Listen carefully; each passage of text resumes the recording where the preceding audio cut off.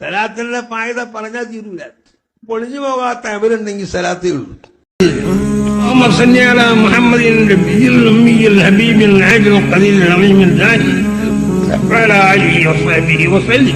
എന്തിനും പറ്റുന്ന സംഗതിയാണ് ഈ സ്വലാത്ത് എന്ന് പറഞ്ഞത്. എന്തിനും പറ്റും. ആരോഗ്യം ഉണ്ടാവണോ, സ്വലാത്ത് ചൊല്ലിക്കോ. ആയുസ് നീളം കിട്ടണോ, സ്വലാത്ത് ചൊല്ലിക്കണ്ട. അതിന്റെ ഹക്ക് കൊണ്ട് ദുആ ചെയ്തോ. രോഗം ജാതക്കണോ, അതിന് സ്വലാത്ത് ചൊല്ലിക്കോ. ഭക്ഷണത്തിൽ വേണോ, അതിന് സ്വലാത്ത് ചൊല്ലിക്കോ. ഇങ്ങനെ മനുഷ്യനോട് ബന്ധപ്പെട്ട മക്കൾ നന്നാവണോ, സ്വലാത്ത് ചൊല്ലിക്കോ.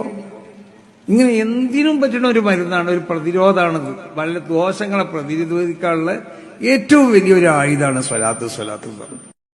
ഈമാൻ സലാമത്തായി കിട്ടാൻ ഏറ്റവും വലിയ മരുന്നാണ് അള്ളാഹുവിന്റെ ഹബീബിന്റെ മേൽ ചെല്ലുന്ന സ്വലാത്ത്. എത്ര സ്വലാത്ത് നിങ്ങൾക്ക് ചെല്ലാൻ കഴിയും ഒരു ദിവസം, അത്രയും വർദ്ധിപ്പിക്കുക. ഇൻഷാ അല്ലാഹ് ആ സ്വലാത്ത് ചെല്ലുന്ന നാവിനെ അള്ളാഹു നരകത്തിൽ കൊടുത്തൂല. ആ നാവ് ഉള്ള ശരീരത്തെ അള്ളാഹു നരകത്തിൽ കടത്തുകയും.